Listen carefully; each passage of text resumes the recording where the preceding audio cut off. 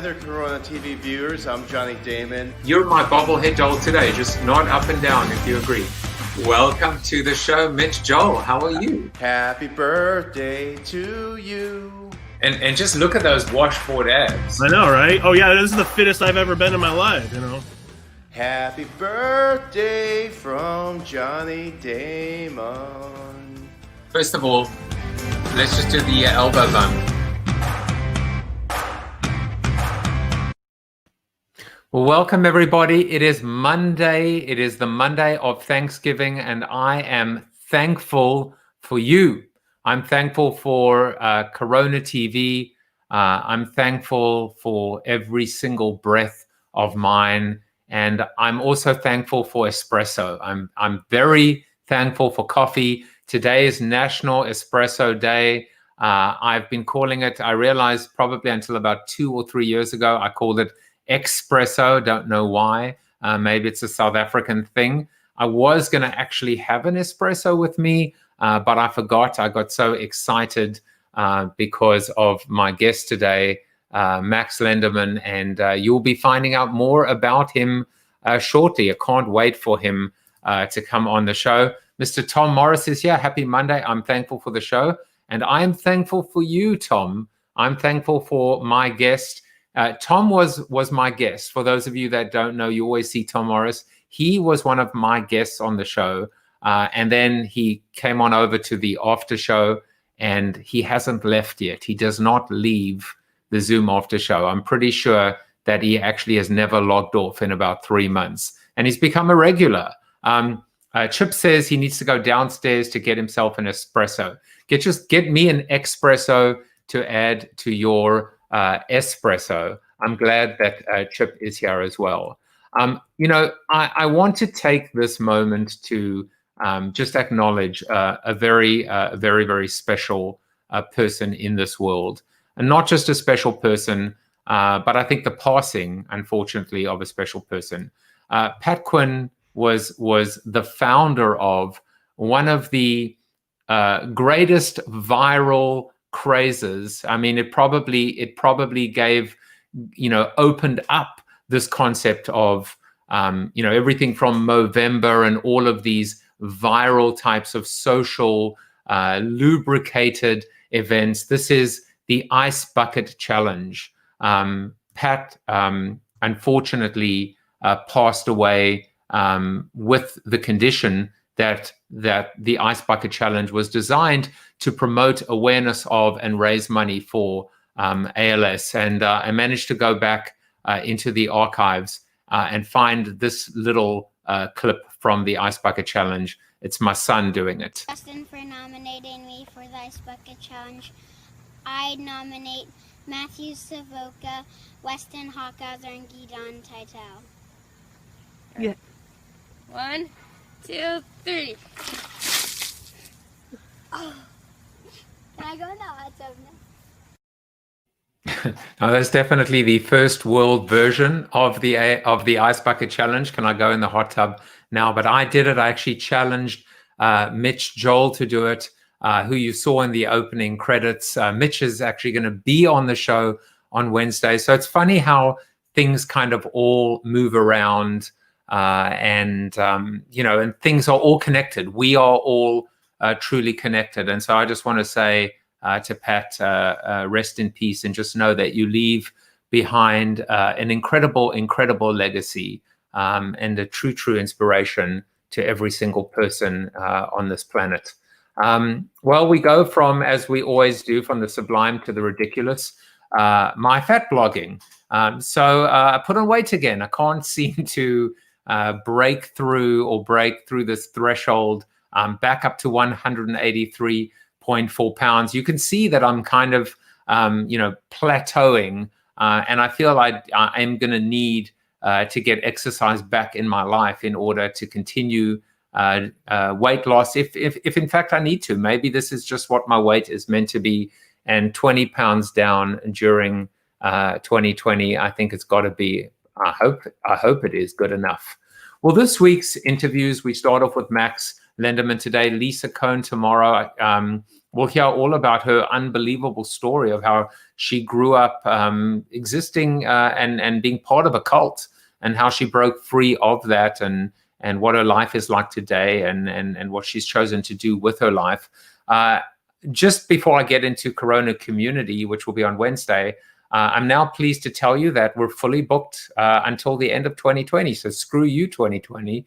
I'm now taking on bookings already mid-January 2021. So we are fully booked until about mid-January 21. Unbelievable to think that at the end of this year, 200 interviews later, Corona TV is going strong. And on Wednesday, you're going to hear from Mark Schaefer, Martin Albada, Leslie Laredo, Laura Gassner-Otting, Mitch Joel, Bob Farnham, Faith James, Bruce Turkel, and Mike Lipkin. It's going to be a humdinger, as is today, once you meet the wonderful Max Lenderman, founder, author, and creative person in general. Well, let's get into our seated soliloquy. And our seated soliloquy today, or my seated soliloquy today, is aptly titled Fatigue. We're all tired. We've had enough. Our nerves are frayed, and we're on edge.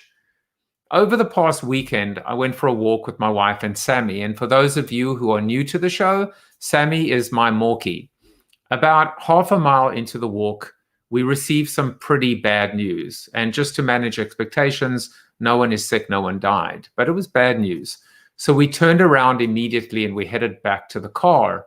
As we were walking, a jogger ran past us and our dog got in her way. She reacted pretty harshly. Dude, what the?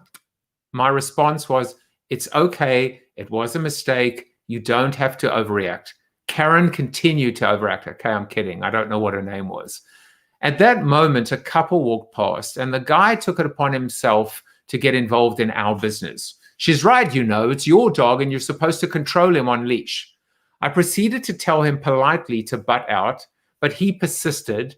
And so I told him what he could do to himself. And then I told him what I would do to him if he continued.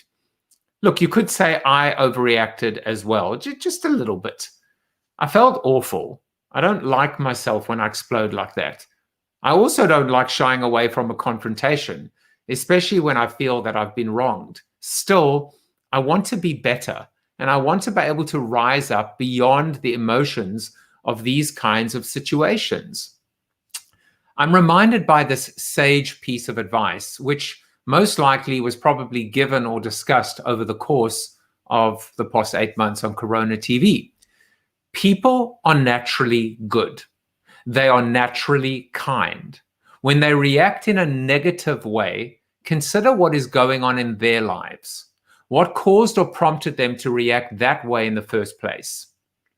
Female jogger and male walker had no idea about the news that I just received, but then again, I had no idea what was going on in male walker's life or what prompted female jogger to hit the trail in 45-degree weather either.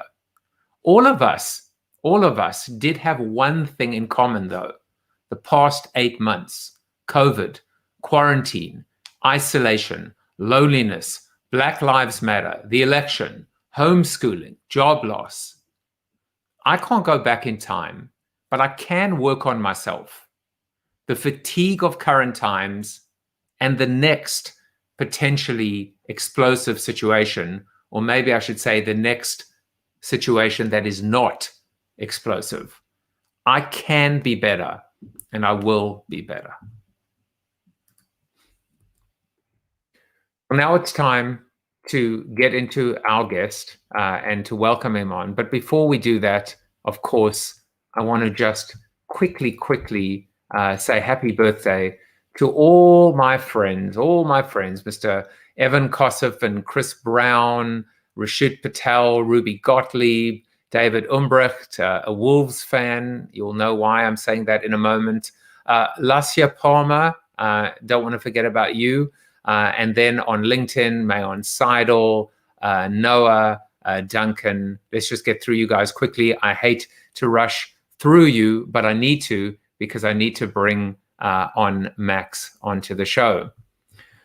Max has been a leader as a chief creative officer and CEO at some of the largest and most awarded marketing and advertising agencies in the world, like GMR Marketing, Crispin, Porter and Begeski, and Project Worldwide.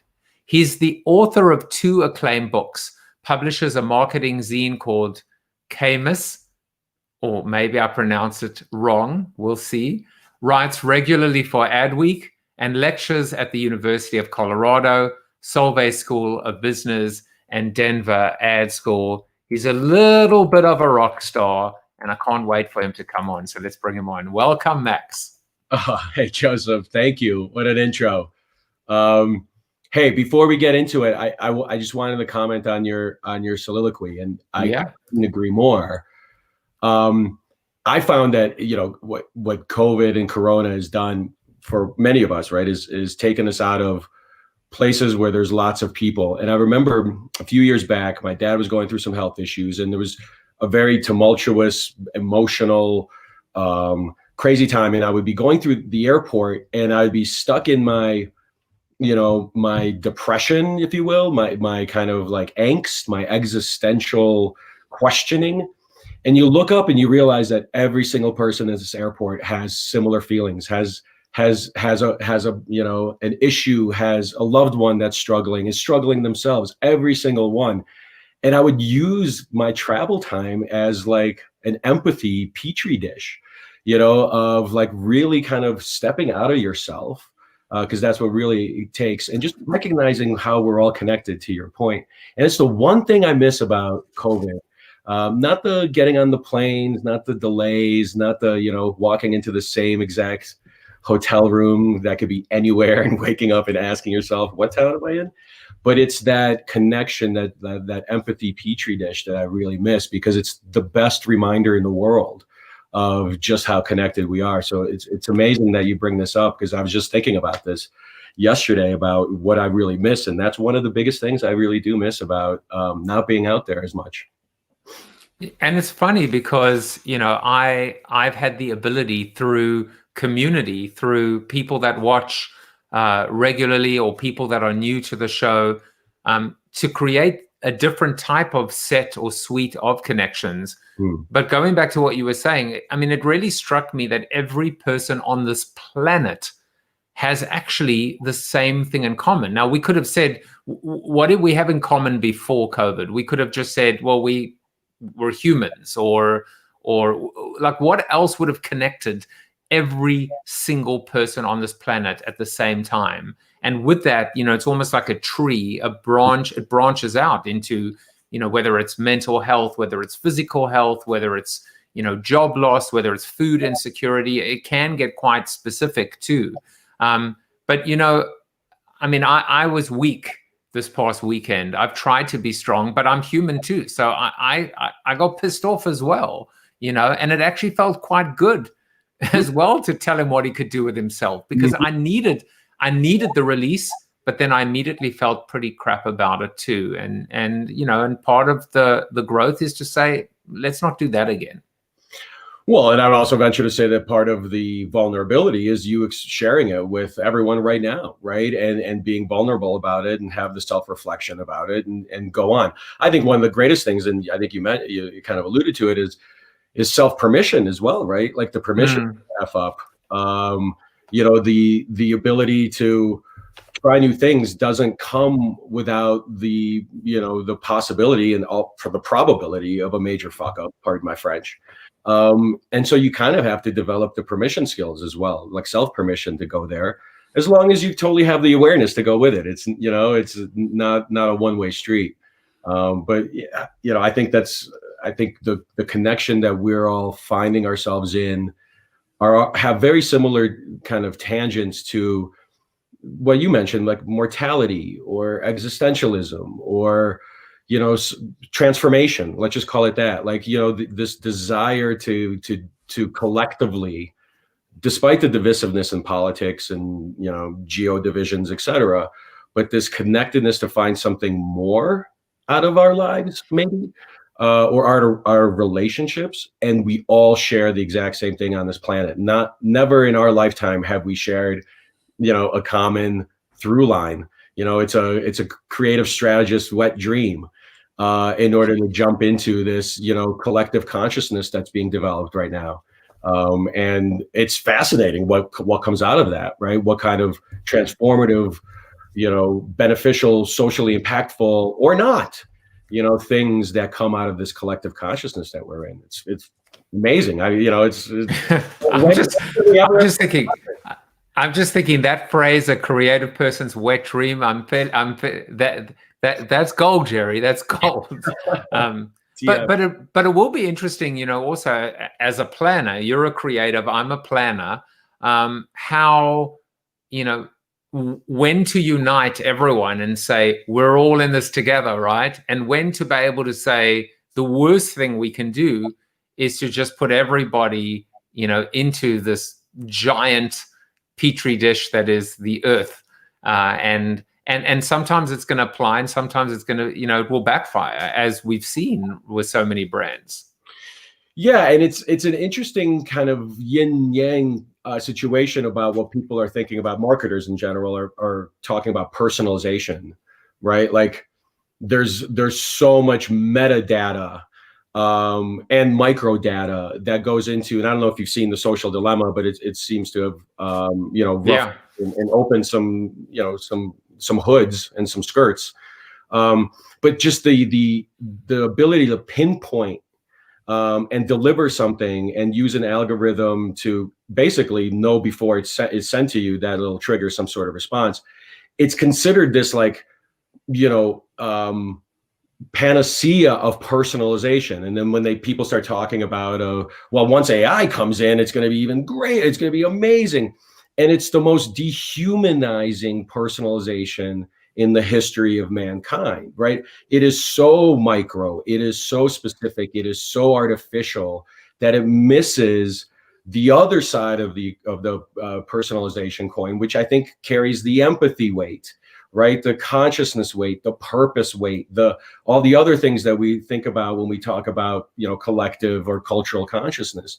And it's really interesting who's going to be occupying that space, because the ad tech guys are going to slice and dice until the cows come home. But what's the other side of that coin that's really interesting, right? Like, how do you develop empathy at scale and call that personalization, in the same way that all these marketers have developed all these nefarious tools to create, targeting at scale or personalization at scale, and they're calling it personalization. With everything, there's this rebound effect, and I think the deeper we go into the micro, I think we also have to look at the macro. And lots of times, whether it's promotional cycles or marketing budgets or just quarterly, financial performance that needs to be taken care of, the macro perception or point of view gets short shrift, and the default goes into this micro, and it's a very kind of like dehumanizing, unflattering way of going about doing marketing, which is why I love Experiential, because I don't think it gets to that kind of granularity, and it kind of plays more on the emotional and the memorable rather than the tactical. Well, I feel, and I am able to jump around in this conversation and be as non-linear as I possibly can be, that you're talking to something to your vision right now, and what is, to be your third book. So we'll jump into your third book versus the first or second. We'll get back there, but the book is, not only do we know what the book might be called, but we actually have a really, really good idea what the cover of the book is going to look like. So I'm going to do a bit of a worldwide scoop here, which is it is. There's the new book. It's called Start With Who, by the one and the only Max Lenderman. And by the way, none of this might even be true. But it does come down to something that I think you feel very, very strongly about, which is that marketing will need to be driven by empathy at scale for people, communities, and society. So I love it. I mean, I love, instead of start with why, start with who. What do you want to tell us about potentially this book or non-book, this cover or non-cover, but ultimately this idea of how do you define this empathy at scale? I don't know is the short answer, but I'll try it. It's all a miasma of how we were talking about connection points and synapses and whatnot. But it kind of requires a parenthetical, so bear with me. The past 7 years, I was running I founded and ran an agency called School, and we were incredibly influenced by Simon Sinek and Start With Why. And the reason is we really did, and still do to a certain extent, believe that it was the window into what we now are terming brand purpose or purpose marketing. It was a deeper question, and a kind of defendable deeper question that consultancies and agencies and strategists could start asking in order to get to answering that question of, why are you in business? If it wasn't for making profit, if it wasn't for shareholder value, why are you in business? And we tried that out early in our new business pitches, and the CMOs that we were in front of were not happy to answer that question. It's a hard question to answer. And so Start With Why has been somewhat of a North Star, right? And a super valuable one in order to get to like what we see as brands getting to their purpose, right? And articulating it in culture. And we were working on that as well.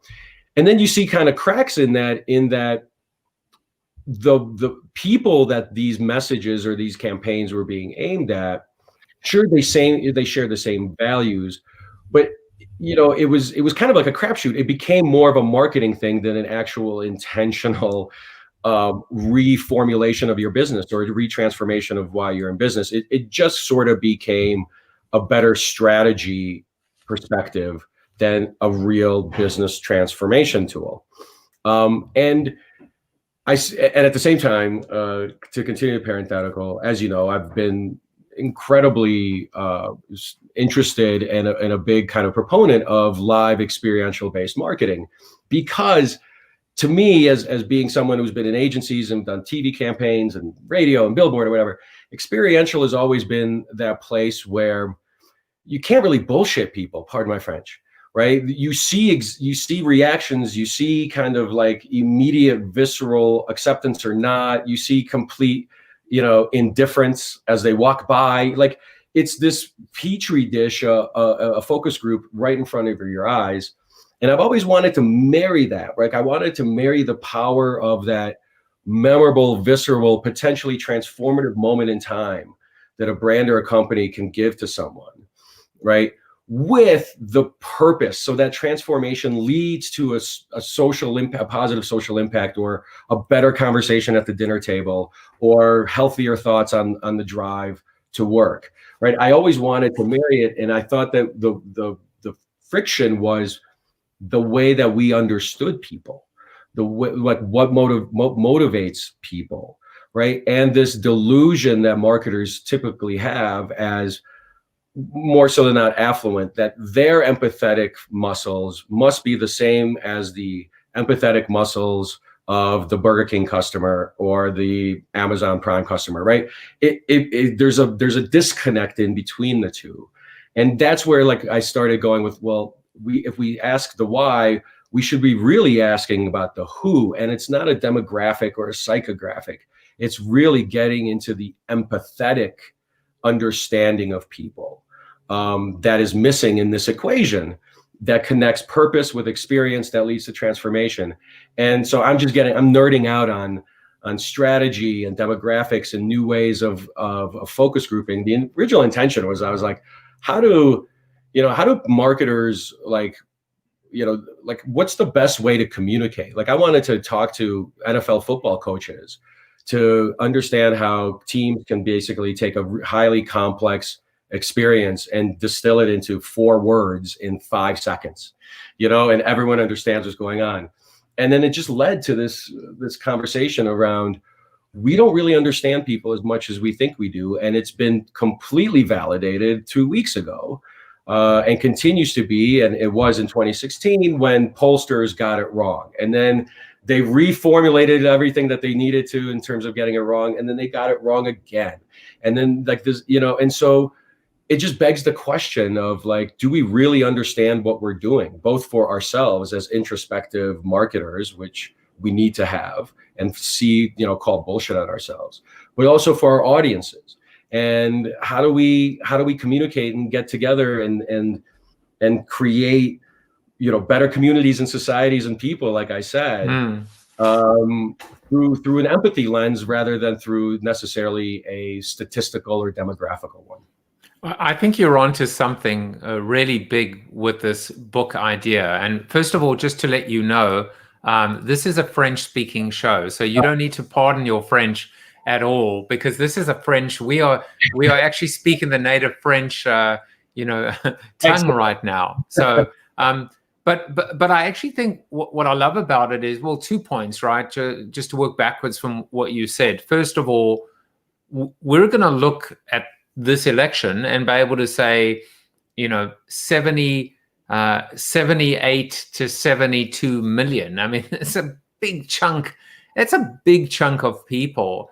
And one way is to look at it and say, why? Why did they vote? Why did as many people vote X? And why did as many people vote Y? But then there's a massive who. And boy, oh boy, is it a mistake to treat them all the same. And not to be able to segment. So I'm going to give you an idea, you know, which is just really inspired by you.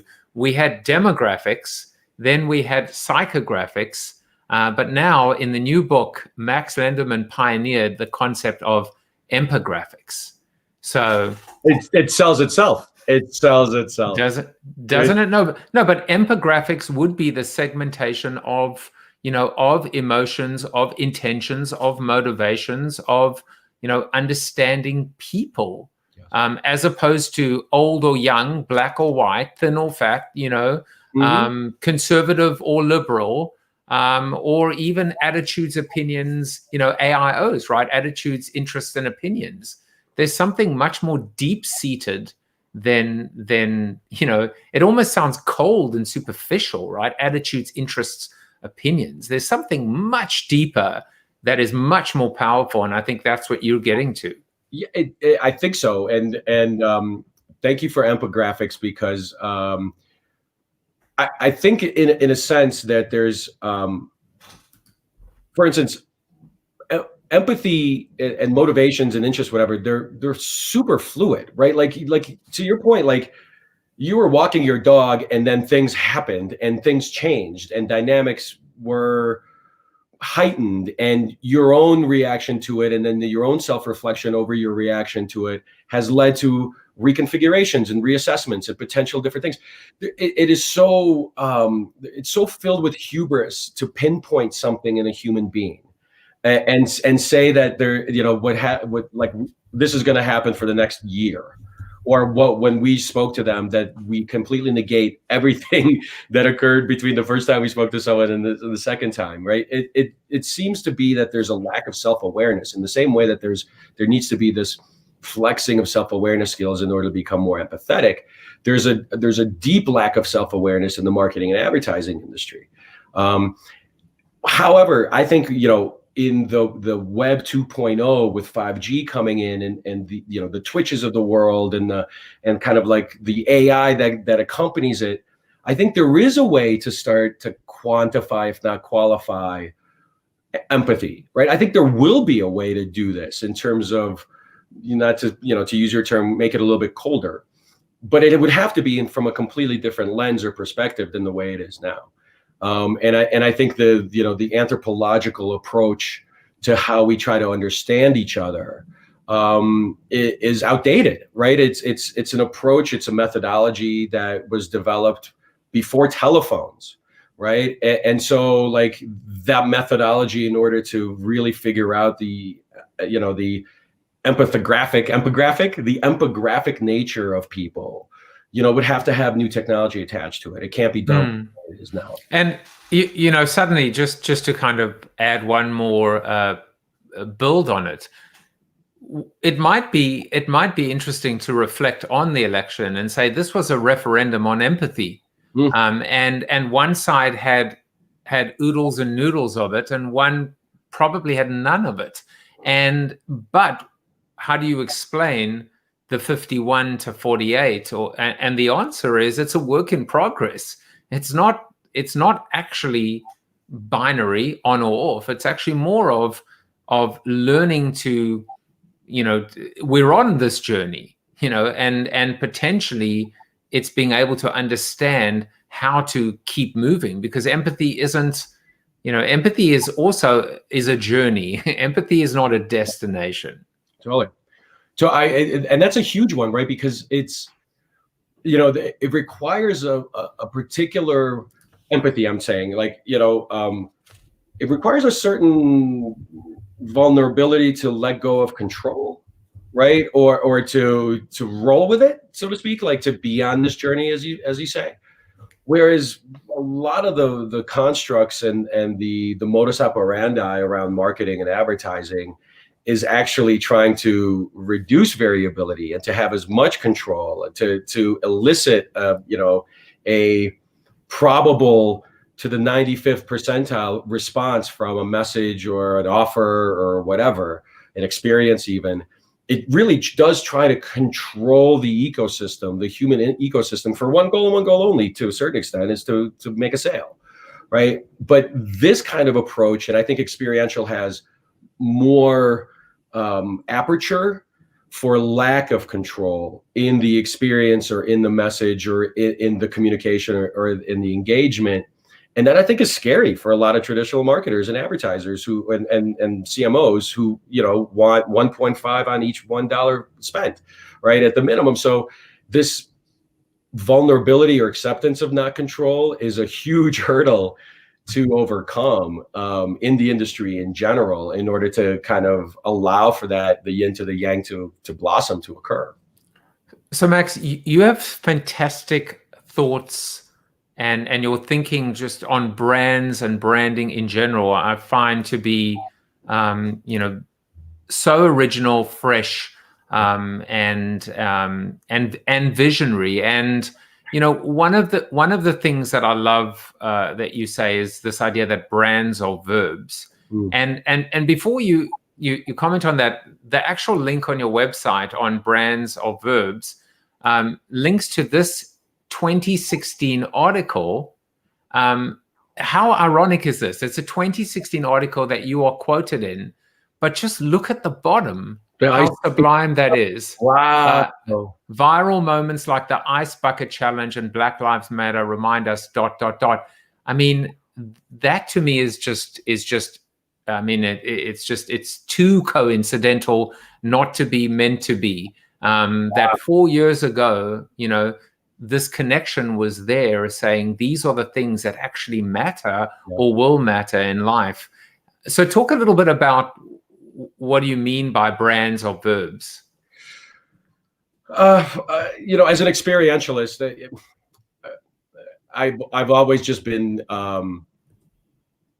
enthralled, right? I've been enthralled by the power of theater, live music, amazing kind of like engagement moments, right? And if it just so happened to have a brand attached to it, great, right? And I would appreciate, as a young person growing up, the badge value of brands that did stuff rather than said stuff more, right? Like the Red Bulls of the world, right? Or the Vans, right? Like way early on, like Vans Warped Tour was a huge progenitor of the things that we see now in the experiential world, right?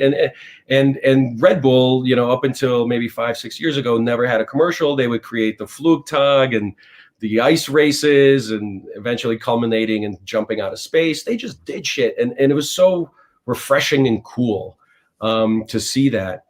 And I think that the notion that brands are verbs really started out with the experiential aspect of the marketing, as like it's the show don't tell, the engagement versus the kind of like the one-way communication bullhorn that a lot of companies still use, but we're really using at the end.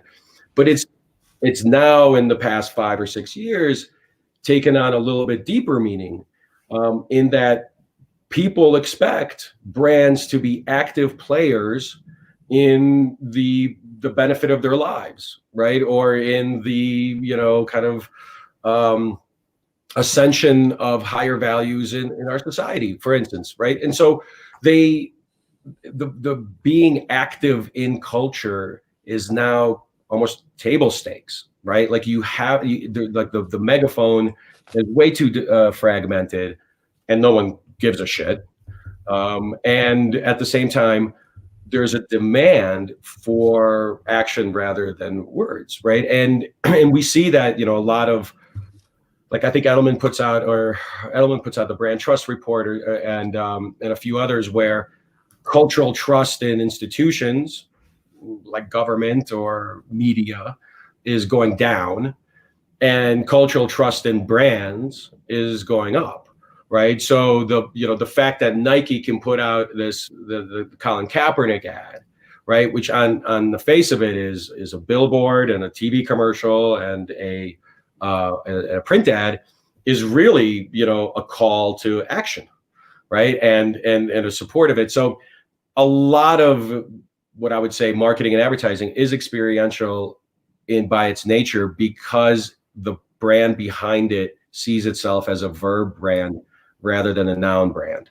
I really love this idea of being active in culture, and I think we spoke about this, at least the question was asked, from the Me Too movement, to Black Lives Matter, whatever the case may be. But the question was, is this a moment or a movement? And I think for brands to be active in culture, they have a better chance of creating, as you say, movements versus moments. And arguably, they don't do a very good job at even creating moments. So moments is the table stakes, and they kind of suck at that at the best of times. But what we have to aspire to, I guess, is the movement. That's a perfect way to encapsulate it, right? And the way that I think movements work, and I'm no Noam Chomsky buff, and I'm not an anthropologist, but the best movements are the so-called big tent movements, right? And not to wax poetic, but that does require a ton of empathy, right? To actually, the movement requires empathy. Moment requires timing, right? And so this kind of, like, again, the compulsion to view everything as a controlled ecosystem, whether it's a marketing campaign or brand positioning, or a $1 million commitment to a national or international health organization, whatever that may be, right? That's a moment in time, like you said, that's based on, well, timing and opportunity. But I think where we need to shift is movement through time, right? And it's not dependent on, kind of like, it's dependent on more proactivity than reactivity. And I think what's driving the proactivity and what can get people to coalesce around a movement rather than just a sliver is empathy, right? And I think this is being echoed in younger than us. Sorry to say, Joseph, younger than us, and in some of the younger than 20? Yeah, I don't understand. Yeah. I mean, I have a portrait. I think I met you for the first time 20 years ago. I think it was. Yeah, I think it was. But I just see this in some of the newer agencies that are coming out, like some of the work that's being put out.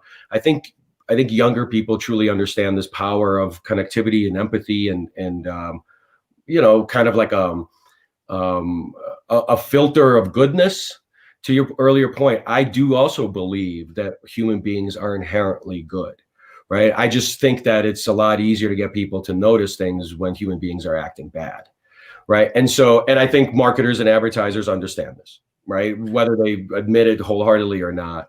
But I think the younger generation has an inherent, radar for goodness, and it would be good to listen to that and I can't stop smiling because first of all, I got this little programmable easy button, and I've been trying to figure out what I want to put on it, but I now figured out what I want to put on it, which is if I can find the audio clip. That's gold, Jerry, gold. Because I was like pressing it 1,000 times. That was one of the most brilliant statements I've ever heard in my life. Seriously, like this idea that movements require empathy, moments require timing. That's absolutely, I mean, I was like, whoa, that was just incredible, really. And it's true. It's the real-time tweets. It's the tactics versus strategy, right? It's the campaign versus, as I would have said, enjoying the conversation, right? Marketing is a commitment, not a campaign. And so that's why I couldn't stop smiling because it's just so good. It was so good. Now, we're all looking forward to pre-ordering and pre-buying Start With Who. But you actually have written 2 other books, which is Experience the Message and Brand New World. And what I'm going to do is I will provide, in fact, I'm going to do it now. I'll put little links below in the comments. So if you want to buy these books, now that you can see what Max is about, he's gold, Jerry, gold. You can actually do that. But I want to just, continue the conversation about experiential. And before I do that, I'll create a little bit of context here on Corona TV. We do a quote. I always source a quote that I connect and match to my guests, and I try and find the right time to bring it on. So this is your quote. Provide a useful, usable, desirable, and differentiated experience, and you'll create demand for your brand and delight your customer. So do you have any idea who said that? And I just want you to know that I've been completely malicious and mischievous in terms of finding and sourcing this person. Is it you?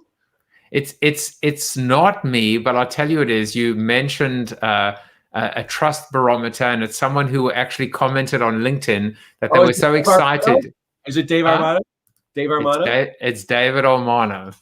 So there you go. I had to, and he's been a guest on the show as well. But this concept of experiential, right?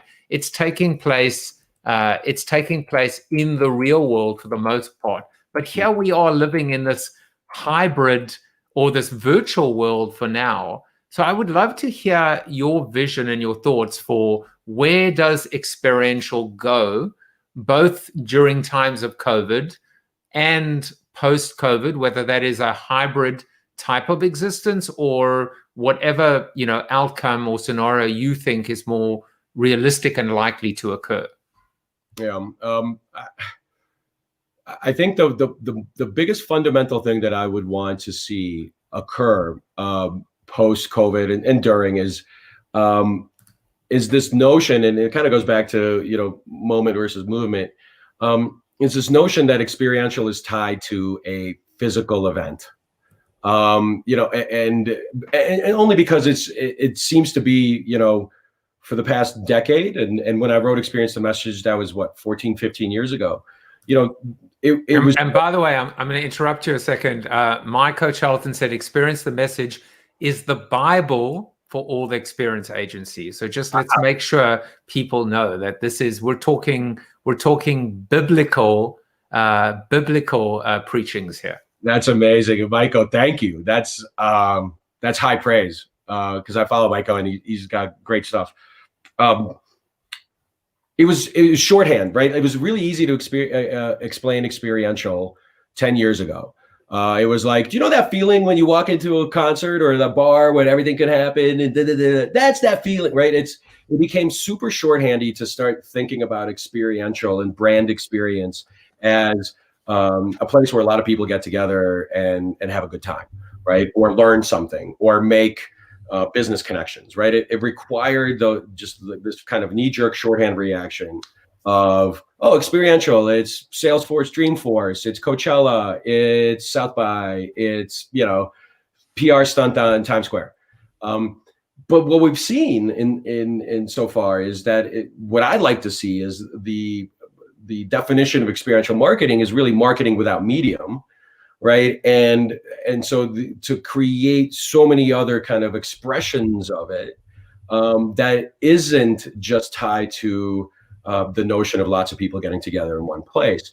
An example I've recently started giving some students is the Burger King Whopper Detour that just won the North American Grand Effie, right? Which was, I think, brilliant work, and the invisibility of the tech behind it, and the tongue-in-cheek, cheekiness, of it, and everything about it.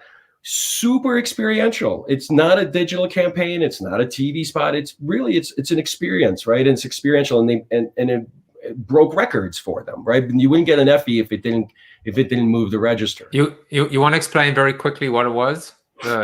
Sure. It's in shorthand, they created a promotional campaign where you get a Whopper within 300 feet of every geo-fenced McDonald's in the country. So, and they would just basically drive people to a McDonald's for them to order a Whopper. And once they did that, they triggered a coupon that they can go to a Whopper and get a Whopper, right? So they basically they sold Whoppers trolling McDonald's drive-thrus. It's an example of what I think about when I think about experiential marketing. When I think about a great experiential campaign, I rarely think of a concert or a B2B event, right? I think of Red Bull Stratus, right? I think of a Fearless Girl, right? Just putting a statue in the real world in front of a charging bull of a girl is experiential. Like the emotions that come out of anyone who sees it and the photos that come out of anyone who sees it is purely experience based. So the first thing I really want to do is like stop thinking like COVID has actually, basically lifted the lid on rethinking what experiential is. And you mentioned the hybridization of experiential, and I think that'll totally continue, and it should. For years, experiential marketers have been talking about the more digital, the more physical, right? Like, hey, there's this causal effect between how our lives are becoming digital. We need an escape valve to live experiences. Maybe, right? And I don't think it's ever been proven. What has been proven right now is that experiences come in completely different formats for lots of different people. I just read of this thing that HBO did for a show where they did a Zoom tasting. It was like a coffee barista, and they invited a bunch of influencers and writers, and it was for a fictitious coffee brand. And they were like, cool. So they got the coffee, and the barista started, kind of like nosing it and telling people. And all of a sudden on the Zoom, someone ran in and kidnapped the barista. And like with a balaclava, and was just like, I'm gonna get you guys, everyone who's here, you're on my list, whatever. And then a plant on the Zoom goes, hold on, there's someone at my door, and everyone on the Zoom can hear like a fight going on, right? And so tell me that whoever's on that Zoom who isn't in on the campaign isn't visceral, memorable. Well, I love that example, but it takes us back to like the art of the heist, like with Audi, and and the fact is, just like you can be creative with anything, and I think your definition is marketing without medium. It is. I mean, I tell you, I've experienced some amazing, even in this world we're living in, Zooms late at night, generally with alcohol, but with these little breakout rooms where suddenly, first of all, there's the who am I going to end up in a room with? Mm-hmm. So there's that little bit of like spinning the wheel, but then you're in a small room with 3 or 4 people, and there's a real opportunity to network in an efficient way that is not even possible at events called conferences that we used to go to, where there's just too many people and everyone's just staring at your name tag. So there's an example of something that maybe even arguably can create a better experience. I am super bullish. I couldn't agree more. And the UX that we're going through, for instance, when we want to go out to dinner, because of limited seating, there's a reservation app that you kind of go through, right? That like experientialists who wanted to get people to event would give their left testicle, pardon my French, would die for that kind of first engagement entry point, right? We've always wanted to do that. Or the fact of the matter that like restaurants no longer have menus; they have QR codes everywhere, right? Like for years, experientialists would be like, "Oh my God, if only we can get people who come through our experiences to interact with our print material or our installations or whatever." And now you have a user experience where people are allowed to by the way, in doing so, an opportunity to build a direct relationship with them by them opting in or signing up for or getting some kind of discount. But by the way, as I think Stephen Rubin captured this conversation beautifully. He said, biblical speaking with French conversation. There you go. We just rewrote the Bible in French. But also, Max, there's another little twist in the tale, which is the Burger King Whopper. The Burger King McDonald's war. This year now during COVID, they came out with this campaign in the UK saying, go and buy a Big Mac. Mm-hmm. And so they almost said, let's put down our arms and let's realize, the two people walking on the trail like I was this weekend, that there's something bigger going on that actually supersedes or transcends whatever squabbles and superficiality that's plaguing us or getting us down right now. And one might argue that it wouldn't have meant as much or felt as good had they not been the protagonists and the poking the bear. Yeah, I agree, and I think that I think the any kind of foil is amazing. If I was a creative director, and someone just basically the creative brief is just like, fuck with McDonald's, I'd be like, thank you. This is the best brief I could possibly think of, and vice versa. But I think what you're getting to and how I'm responding to it is that there's a shift in what a good piece of creative is, right? There's the shift between, a bunch of awards, and I believe it's David or whoever's behind the Burger King work. There's a bunch of kind of like approbation of wow, we're doing some really highly creative work. And then to kind of juxtapose that with, well, actually of the olive branch, right? And a kind of like an outreach or a timeout or a pause, like a mindfulness pause, right? Is just as creative as trolling them, on Twitch, right? And so they didn't think that was a worse campaign. They thought it was a good progression of one, right? And it went into a different place, which is amazing. That is also very creatively brave and courageous, in order to do that. And I love the fact that they have that ability, that self-awareness, that kind of like, intentionality, to come up with that campaign. And no one in the C-suite said that was bad. No one in the C-suite said, are you crazy? It's also, if you think about it, it's like what I would call an Uber narrative, because the bigger narrative is it's like a series of short stories or a novel about the war between these two competitors, whether it's, West Side's, there's a story about these warring factions. And in this case, it's the time when they put down their weapons and their pitchforks and they said, you know what, let's, the enemy of my enemy is my friend. And we're able to team up. And I think that, that is as experiential as, my definition, by the way, of experiential is quintessential customer centricity and utility, which is an experience transcends a feeling, it transcends transaction, it transcends functional benefit. It is truly utilitarian in terms of made a difference to my life, my who, made my life better, made me smile. And it is beautifully selfish from a customer-centric standpoint. That is experiential.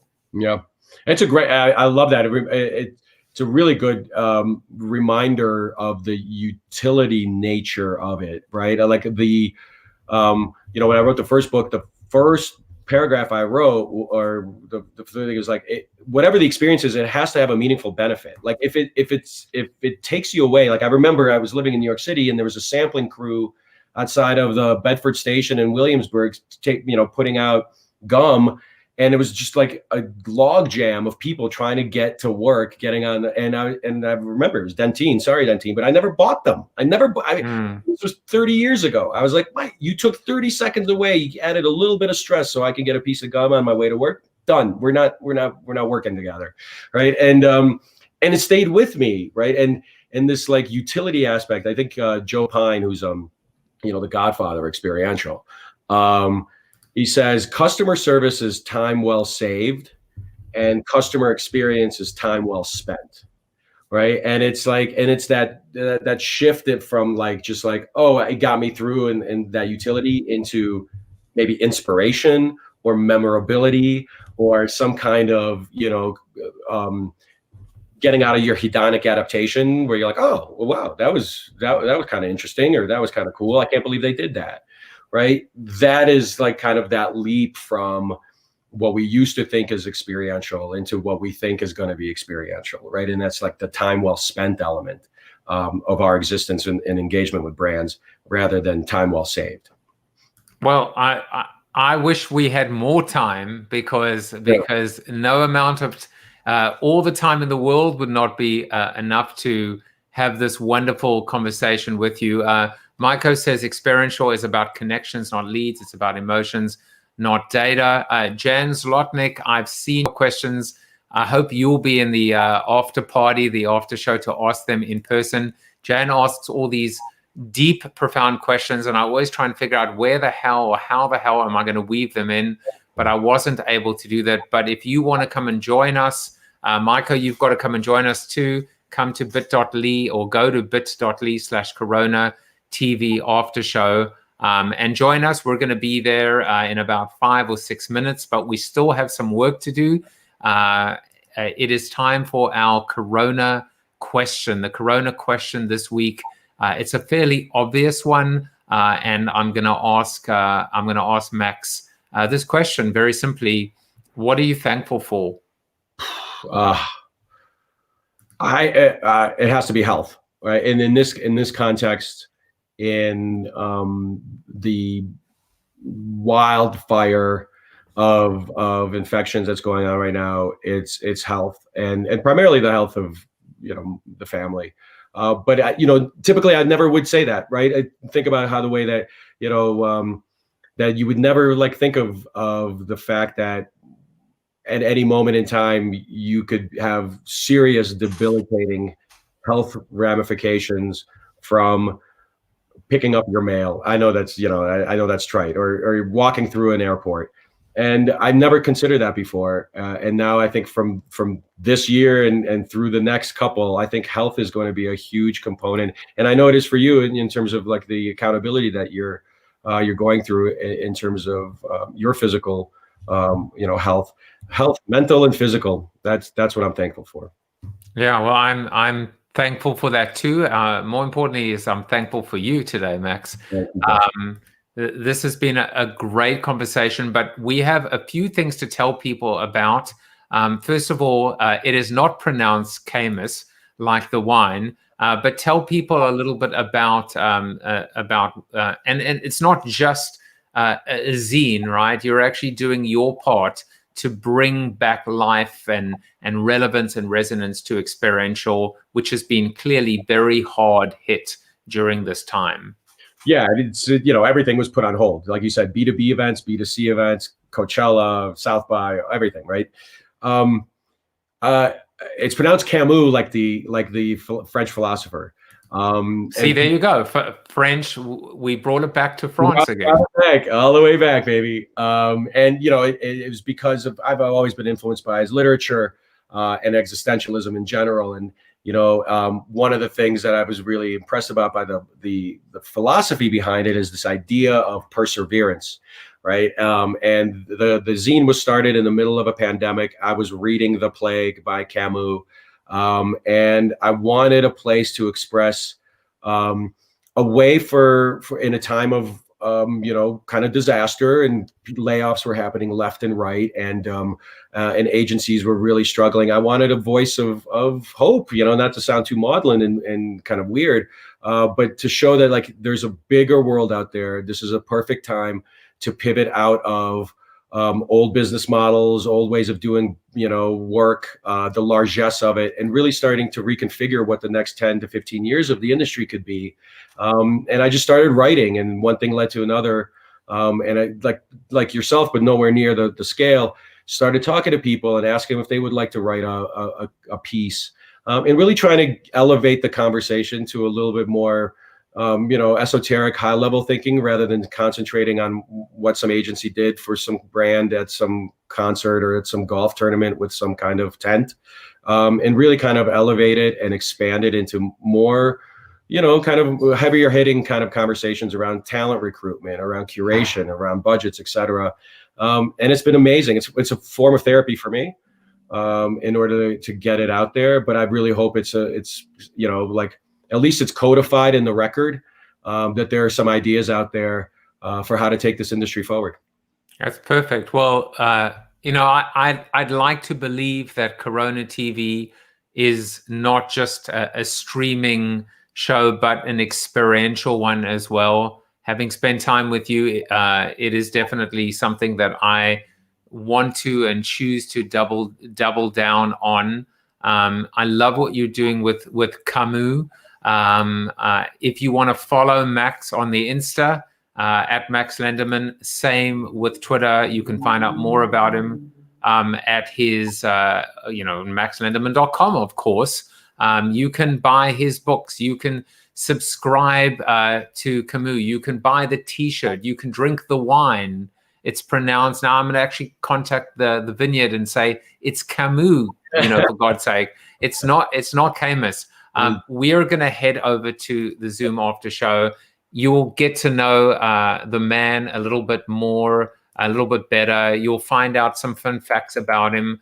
For example, as a Peace Corps volunteer, how he ate dozens of fish heads to gain the trust of a village chief. You will find out why he hates fish but has been forced to live with them. And the ultimate fishy fun fact about him, we didn't even get to it, can you believe, that we found out that he is a closeted Spurs fan. We're going to have to follow this. Let's just leave this on the screen for a while. Get your screenshots in to prove that he is in fact a Yid and a member of the Yid army. There you go. He's refusing to do that. That's funny. It will all be revealed in the Zoom after show. There is nothing more to be done except to tell you. You are Chuck Norris approved. There you go. We'll see you guys tomorrow. Thank you for watching Corona TV with your host, multiple author, and global keynote speaker, Joseph Jaffe. Corona TV is the show about hope, positivity, optimism, and if there's time left over, a little bit of marketing. The after show on Zoom starts right now at bit.ly/Corona TV After Show. If you like the show, tell a friend or two. Please subscribe to the show at CoronaTV.show. And if you want to get inside news, previews of upcoming guests, and much more, text Corona TV to 66866 or visit josephjaffe.com/subscribe to sign up for the show's newsletter. And despite the best ministrations of your wife, you still look ugly.